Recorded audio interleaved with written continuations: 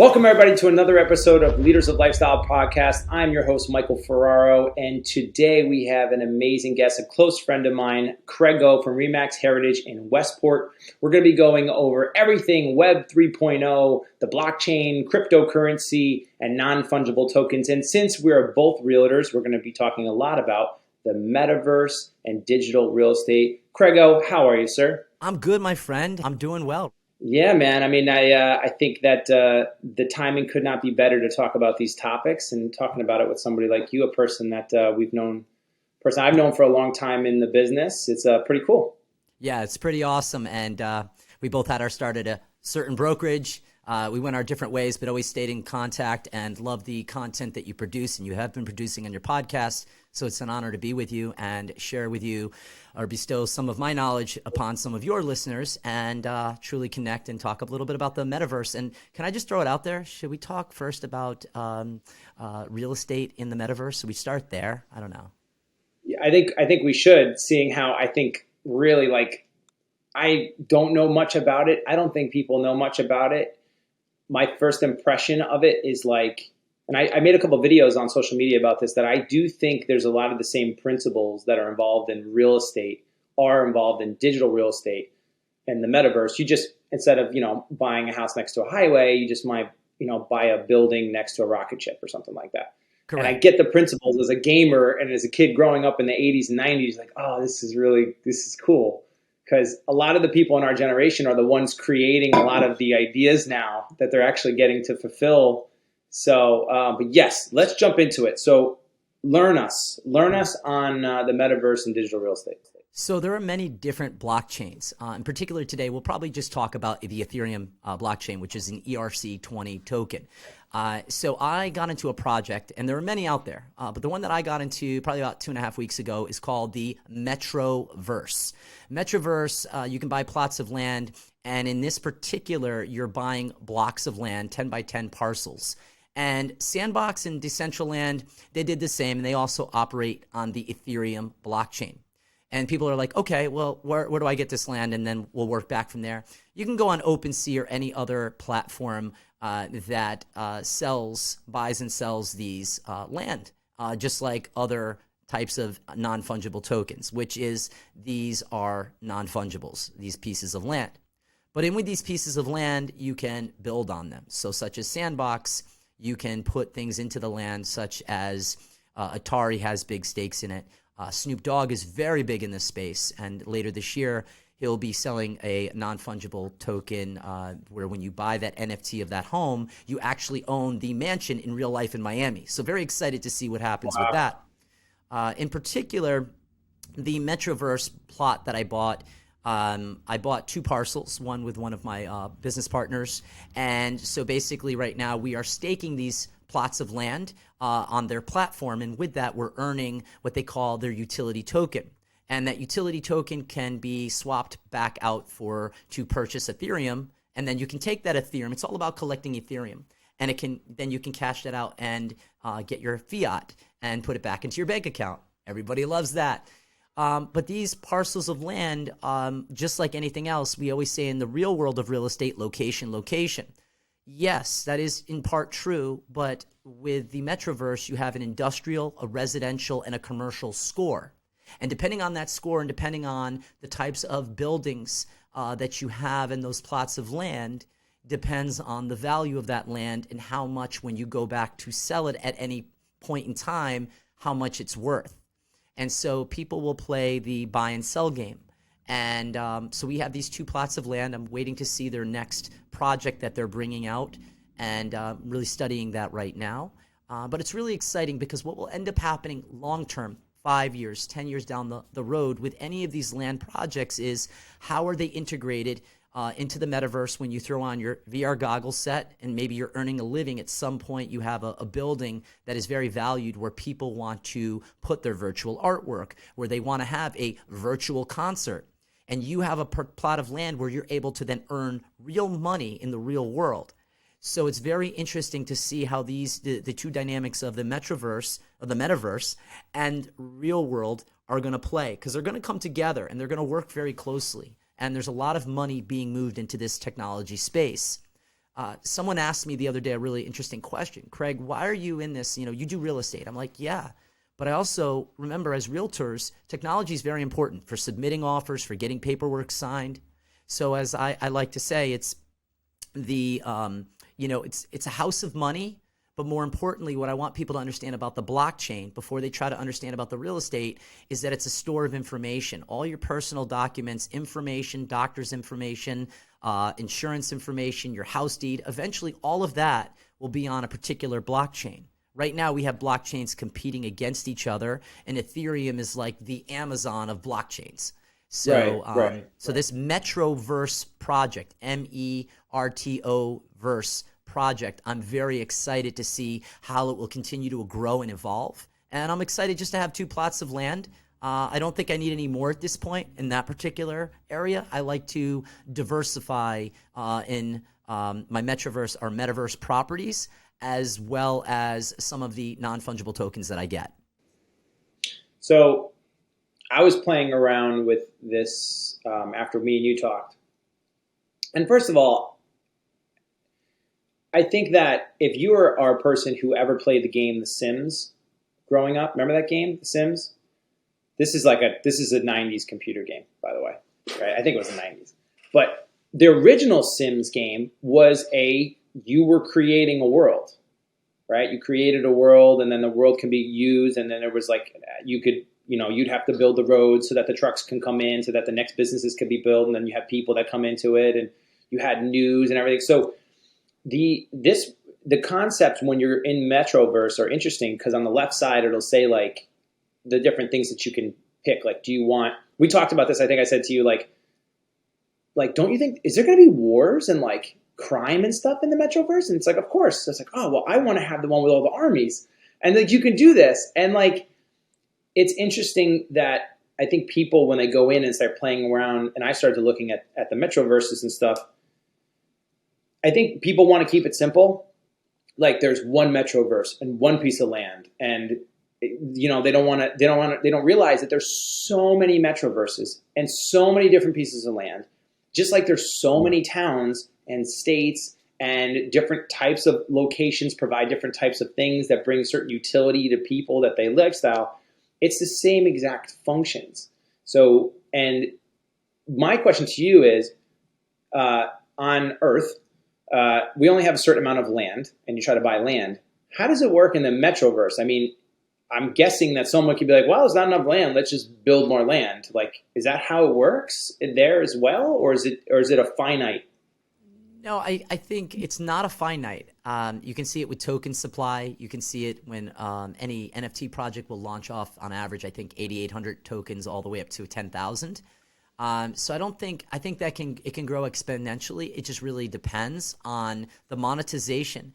But when you say people want to keep things simple, I think it's less than simple. I think it's so complicated.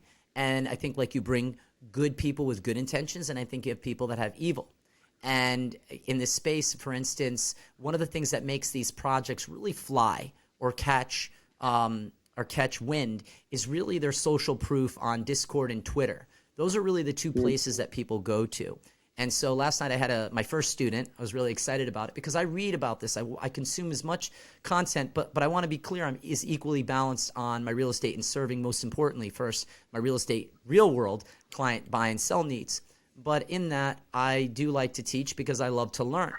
And one of the things that I said is, imagine I was teaching you Web 2.0. How much do you know about all the stuff we have going on right now on the internet? And guarantee you know what you're aware of, but what you're not aware of is so much greater than what you know. And I think that's the one trick in this world. And then I think when you start playing from a financial win-win game, a zero-sum win game, you have to understand security, protocol. You have to make sure and verify that if you're hooking on with your wallet, that you're hooking on to a legitimate site, because there are a lot of thieves in this site. And I think one of these days I want to, as I'm launching my Coffee with Craigo podcast, is I want to interview thieves in this space. Obviously, I'll have to keep them anonymous, but I want to show the community how to protect, because imagine I can just walk up Who's to you. Who's going to do that? Yeah, No, but no, who's going I to guarantee. I'm a networker. I'm a connector. I'm going to find somebody who's a real bad dude who's maybe turning the block, and I want to interview them because what I think is, imagine I can come up to you in real life, and I can reach into your pocket, grab your wallet. You can do nothing about it, and I walk away with your money. There's nothing scarier, and that's what's happening in this space. And so I think that's really that's an important thing, is that people have to know first before they know what project should I get into, what's going to make me the money. You have to know how dangerous this area is and how to protect your money at all times, because there's nothing worse than losing your money, and there's nothing you can do about it if you do the wrong thing or click on the wrong button. let's give people an idea of what financial level we're talking about for entry into these metroverses, because you can have land that sells for $700 to $2 million. Are you buying $150 plots of land, or are you buying $10 million? Like what are we talking about as far as real estate? It depends on the blockchain. I'm actually going to have a meeting with my teacher at 1:00. I found a really good teacher who knows this space pretty well. So we're going to be talking about a different blockchain, Elrod, but I won't even go there. So that blockchain, there you can make some serious money, but again, the risk is maybe a little bit higher. So for instance, with the Metaverse plots that I purchased, I was telling you about these blocks of land. I purchased each plot at $2,500. Those plots, I think right now are somewhere, I think around 4,000. So they'll go up, they'll go down. Everything is somewhat contingent on the health of Ethereum. Got it. So the health of the the actual it's like the amount of the dollar, right? If our dollar or fiat, or if we have a healthy, good economy, the real estate market goes up. There's a lot of different pieces that are involved in that. But if Ethereum's flying up, then it can help. It's not everything, and I want to say this because right now, as our crypto coins are down, and I want to talk a little bit about crypto gaming, because that proves a real world use case, and it also provides real world utility. But if we just kind of back that up, a lot of people who were heavily into crypto kind of saw around the horizon that we were going to be dealing with some things from the Fed, and that the government's trying to get their understanding around how to regulate and how to get money from the crypto people who are profiting. Because that's, I guess, especially when you step into the DeFi realm, it becomes a little bit more challenging. There is a thing called EtherScan, which tracks all of those things. But what happens is if you have a particular project, a particular NFT like Metaverse, we're going to stay on that one today. What it allows you to do is that even if Ethereum goes down, the price of those Metaverse plots in that ecosystem can go up, and it can far exceed the cost, or it can go past where Ethereum was coming down, because that was a question that I had myself. So it doesn't fully base itself on Ethereum, but if Ethereum has a sharp and fast drop, it can definitely affect some of these NFT projects. Got it. So if you're just a person trying to understand, so as a real estate agent, same with a lot of the principles that we would advise people on. And if you're just a person getting started, I think people can wrap their heads around the same principles, and they can work once they get on there. I think, and this was my experience, and I could be completely wrong, the barrier to start was difficult in that the directions were to take my money in my account and get it into a wallet that then needs to be locked into another site that then needs to go, and then I can start the process. And literally, people, I think for some people, like, nope, forget it. I'm already like, what are you talking about? You're talking languages I don't understand, and the process to get from one thing to the other thing. It's like the old AOL dial-up. You're just plugging in the old thing, and you see that like people were like, forget it. I don't even know what that means. Is it simpler than people make it out to be? It's tough. There's no question about it. So what we want to talk about first is centralized platforms like Coinbase, Voyager, Binance.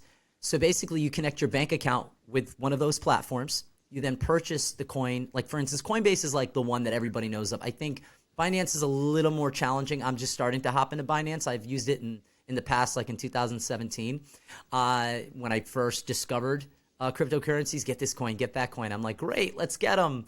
But it was much more challenging to get them out when you needed to liquidate for whatever reason, whether there was a loss or a gain. So let's use Coinbase. You connect your wallet, you'll have to verify. But once you're on Coinbase, you can just stay there. And there are coins that you can pick, and it's much safer. You're not as at risk. But once there's a transfer button. And what I would tell people for the second step is, if you're going to watch anything, it's not the hottest coin or the hottest NFT. It's actually learning how to buy and sell and trade crypto DeFi. And so what I would tell people to do is MetaMask is one of the apps that I use. I also use a Trust wallet, and there will be other wallets that I'll get as well. But when you know how to move back and forth Ethereum or another crypto that is connected to a particular wallet on a different blockchain, I just don't want to confuse people. Like Solana or something like that. Yep, or Solana. I have Solana. So what you're able to do is then you're able to then buy NFTs, you're able to buy crypto, and then eventually when you cash out on that particular wallet, you can do a transfer within that wallet from one coin to the next and go back to Ethereum. You can then take the Ethereum and transfer it back to your Coinbase. And then when you transfer that Ethereum back to your Coinbase, you can cash out into USD. And then you can also then buy other coins, or you can take that USD and then put it back into your bank account. So it's like a 4 or 5 step process. But once you feel comfortable in DeFi, you know that you can always grab and capture your money, whether it's a gain or a loss, and put it back into your Coinbase, which I think for a lot of people makes them feel comfortable in the space. Super quick, explain what DeFi is. DeFi is it's network. So when you think about centralized platform, you think of Coinbase. DeFi is when you're going fully into Web 3.0. So that would allow you then to you're not as seen. You're under the radar.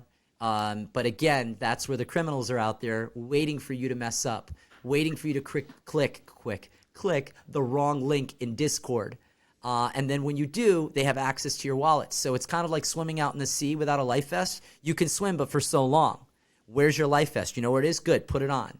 And so what I tell people is, if you're going to start watching videos, start watching tutorials on how to buy and sell crypto, how to move your crypto from Coinbase to MetaMask, and learning about all the things that MetaMask has to offer, because you can quickly delete your account. You can quickly reset your. You can send money to. You could send your.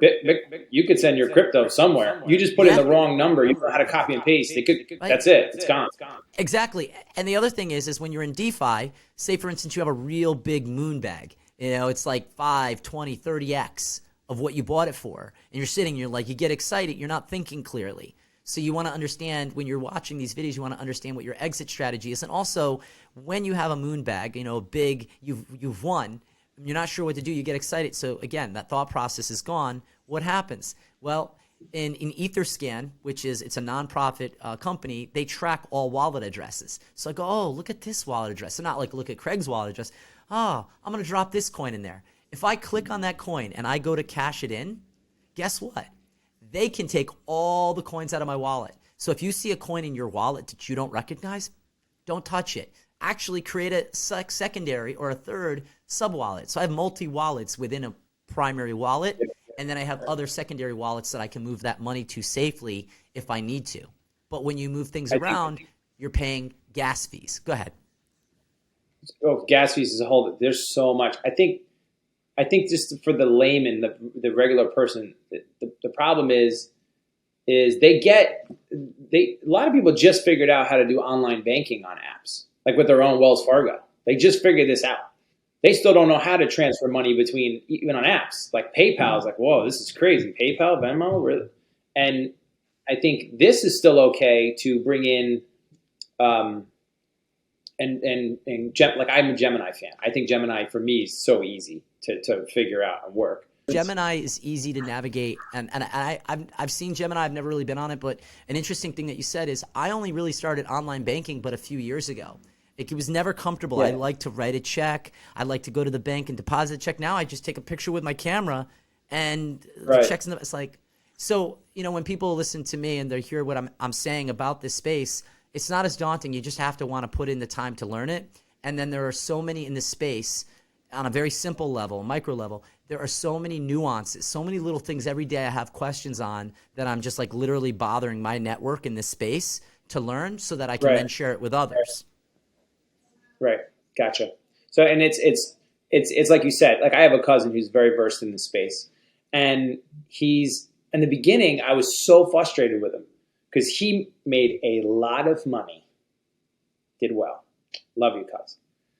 And I would ask him, and he'd take the time to go over it. And then eventually he'd go, Mike, I'm not going to go into this further with you until you take the steps of learning and watching all these videos about money and then understand how the central banking system works. And now when I'm talking about this, he goes, do your research prior, because you have to learn. If I just keep telling you how to do all this different stuff, and I'm tutorials all day long, and like I'll hold your hand, and do not give me money. I'm not investing it for you. He would do that. You got to do it. And it was the best thing that could have happened because it makes you have to learn.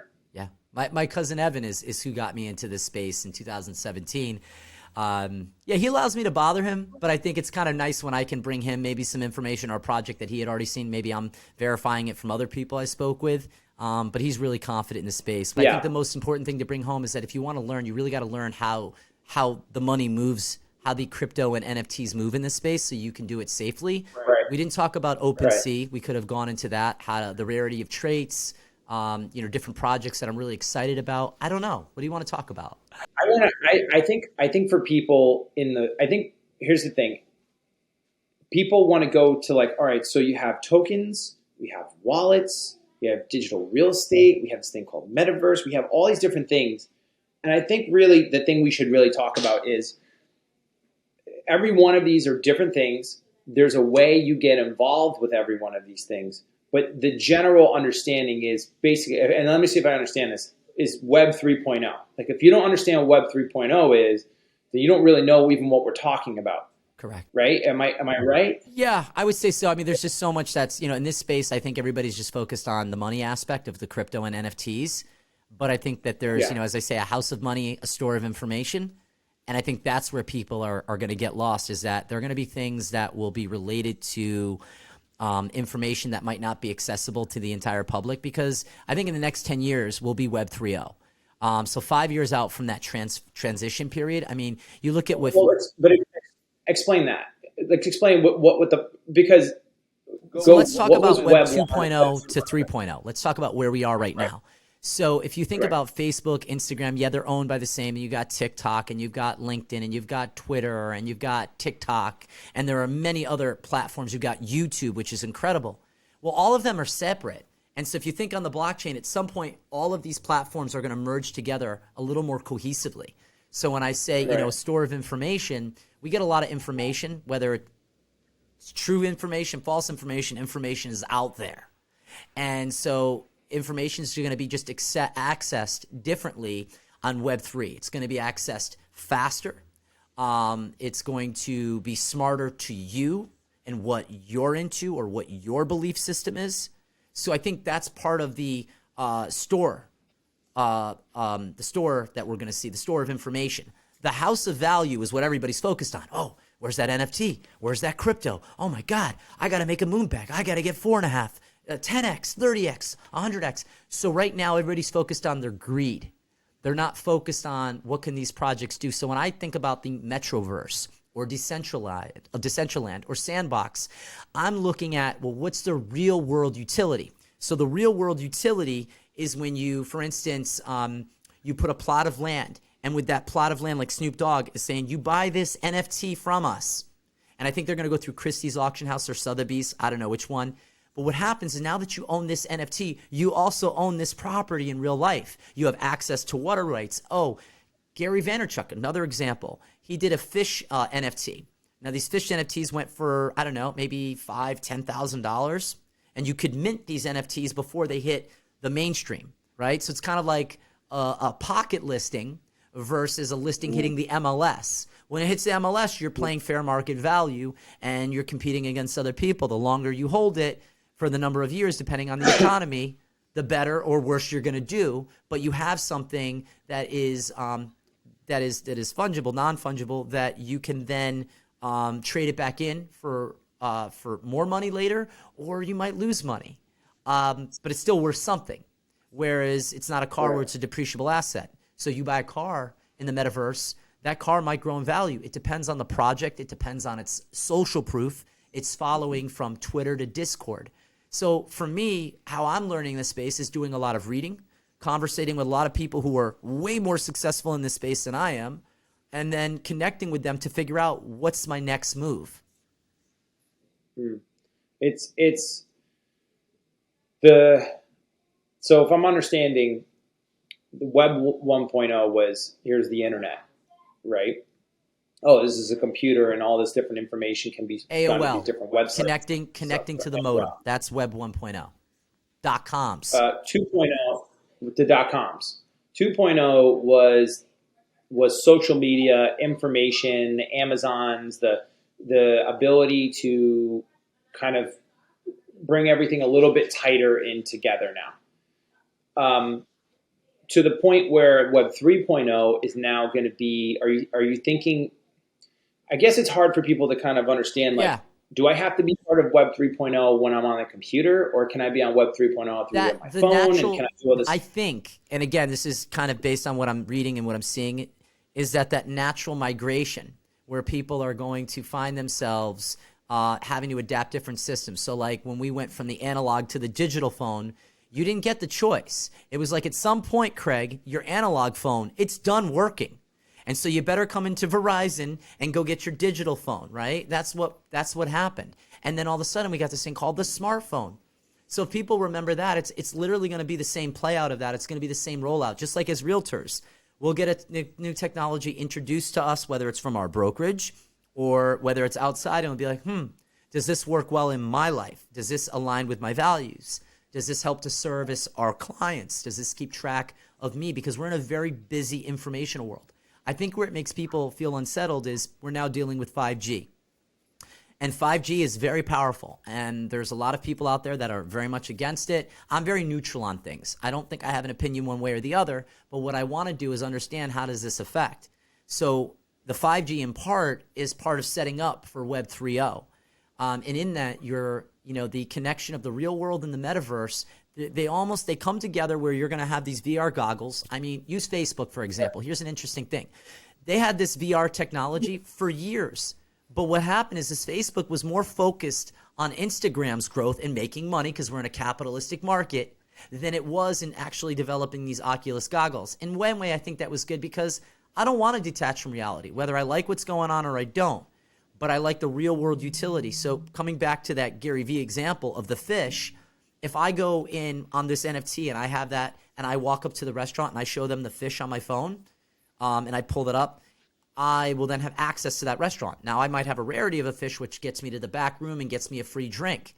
Real utility is real world use case, where you can convert it back into fiat. You have admission to certain places. There's exclusivity. And there's pros and cons to that. I don't always like exclusivity. I like a level for everybody to have an opportunity to come in. What I really love about this space, and what really attracted me to it, is that it's not a face or a name. Or if you go to a bank account, you give them your ID, or they're judging you, or they're saying, oh, look at your history. We can't give you a bank account, or we can't. In this space, you're just another number and another digit. And if you know how to move around in this space, you can make a lot of money. But everybody's focused just on that, the house of money, not the store of information. And the store of information answers to your question is, just like we went from AOL and a simple dial-up connection with the .com, and just like we evolved into Facebook, LinkedIn, Instagram, on our websites, I mean, on real estate, we have what controls more the narrative than we do?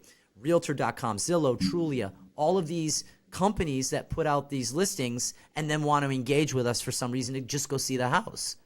Well, the metaverse is going to be no different. The metaverse is you get in part to create your reality. But the problem is where is the line going to be blurred? And that's the answer that I don't have. And it's a scary one, and it keeps people up at night. But I think if you know about a space and you're aware of it, the big wave is coming in. You just want to know how this wave is going to hit the shore, so maybe you can get out of its way, or maybe ride the wave if you think that it can make you some money. I think it is mind-blowing to think about the fact that we went from no computers to now having computers, from computers to then the internet, from the internet to the smartphone, and then everybody got hooked on the smartphone. And now we're literally talking about money and life to be made and have and lived in a virtual universe. And if you just follow the trends of everything, if you've ever seen Ready Player One, I think it was called, that movie, if you looked at that movie, their whole lives were really about how do we gain status, live a best life, and do this inside of this virtual world. That their actual real life world, they were okay sleeping in these little pods the size of this room because it didn't really matter. Their actual world was less important because they spent all their time in the virtual world. So it was like, it doesn't really matter if I live in a $500, $5,000 a month rent or $500 because my virtual world, I have 10 mansions. And it was almost like, it's crazy to think like, it's so many crazy things. Like what happens even in the virtual world if you have criminals, right? Let's say somebody mugs somebody in the virtual world. They have to like come back to the real world and like get in trouble for that. Like, yeah, that's again, insane. It's such a rabbit hole that you could go down. I think we'll see criminals in that space. I mean, obviously, I don't think the violence, but I think financial devastation is the murder in this space. And so when I'm working with, I don't say it, when I'm working with a student, and I every once in a while take on students just to show them the space because it takes a long time to explain it.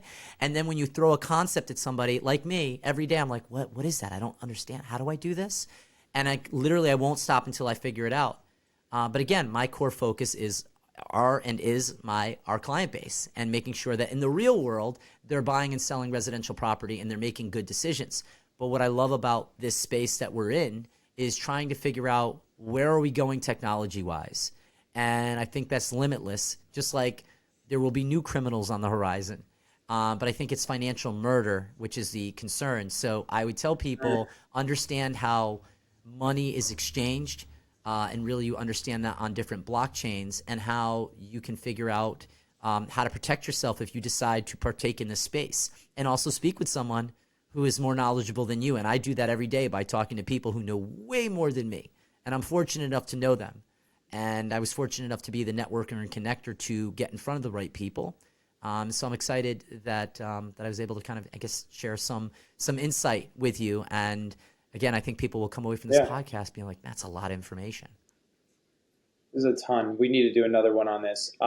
Real quick before you go, something that's maybe easy for people to digest on the way out is, since you do look at the space, nobody really knows, right? But what do you think the predictions are for, let's say, 2022 in Bitcoin and Ethereum? Let's just pick those two. Like, where do you think we're going in those two? So there were three big companies out there yesterday. I was reading. One company said that it'll hit 4,000 to 5,000. Another company said 7 to 9, and then another company said 15 to 20,000.